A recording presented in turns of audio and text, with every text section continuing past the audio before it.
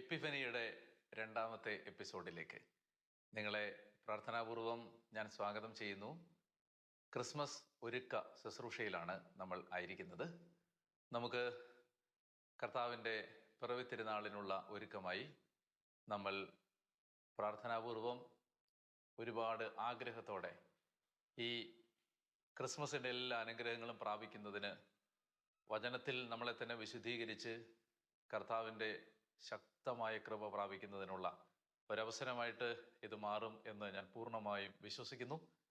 ഈ ശുശ്രൂഷയിൽ പങ്കെടുക്കുന്ന നിങ്ങളെല്ലാവരെയും കർത്താവ് അനുഗ്രഹിക്കട്ടെ എന്ന് പ്രാർത്ഥിച്ചുകൊണ്ട് നമ്മുടെ രണ്ടാമത്തെ ദിവസത്തെ ചിന്തകളിലേക്ക് കടക്കുകയാണ്.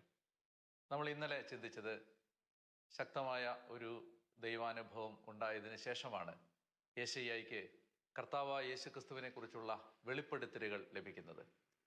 അങ്ങനെ യെശയ്യാ ദൈവത്തെ കണ്ടു കഴിഞ്ഞപ്പോൾ 3 കാര്യങ്ങൾ യെശയ്യായ്ക്ക് മനസ്സിലായി. ഒന്നാമത്തെ കാര്യം, യെശയ്യായ്ക്ക് തൻ്റെ ദൈവം ആരാണ്, ദൈവം പരിശുദ്ധനാണെന്ന് മനസ്സിലായി. രണ്ടാമതായി, തൻ്റെ അവസ്ഥ എന്താണ്, താൻ മഹാപാപിയാണെന്ന് മനസ്സിലായി. മൂന്നാമത്, തൻ്റെ നിയോഗം എന്താണ്, ദൈവം എന്നെ ഈ ജനത്തിനിടയിലേക്ക് അയച്ചിരിക്കുന്നു എന്ന് മനസ്സിലായി. അപ്പോൾ ദൈവാനുഭവത്തിലാണ് ആരാധന ഉണ്ടാവുന്നത് എന്ന് നമ്മൾ കണ്ടു. ആരാധകയായ മറിയത്തിൻ്റെ ജീവിതത്തിലെ 3 പ്രധാനപ്പെട്ട കാര്യങ്ങൾ നമ്മൾ മനസ്സിലാക്കാൻ പരിശ്രമിക്കുകയും ചെയ്തു.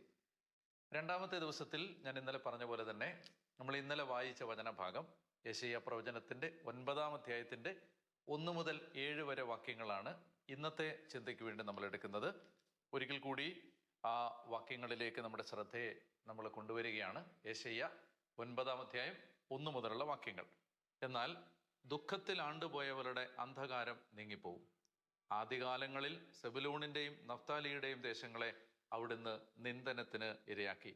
എന്നാൽ അവസാന നാളുകളിൽ സമുദ്രത്തിലേക്കുള്ള പാതയെ, ജോർദാൻ അക്കരെയുള്ള ദേശത്തെ ജനതകളുടെ ഗലീലിയെ അവിടുന്ന് മഹത്വപൂർണമാക്കും. അന്ധകാരത്തിൽ കഴിഞ്ഞ ജനം മഹത്തായ ഒരു പ്രകാശം കണ്ടു. കൂരിരുട്ടിൻ്റെ ദേശത്ത് വസിച്ചിരുന്നവരുടെ മേൽ പ്രകാശം ഉദിച്ചു. നിങ്ങൾക്ക് ഈ വാക്യങ്ങൾ പരിചയമുണ്ട്. ഈ വാക്യങ്ങൾ നമ്മൾ നേരത്തെ കണ്ടിട്ടുള്ളത് മത്തായിയുടെ സുവിശേഷത്തിലാണ്. മത്തായിയുടെ സുവിശേഷത്തിൽ കർത്താവിൻ്റെ പരസ്യജീവിതം ആരംഭിക്കുന്നതിനെ കുറിച്ച് പറയുന്ന ഭാഗത്ത് നമ്മൾ കണ്ടതാണ്.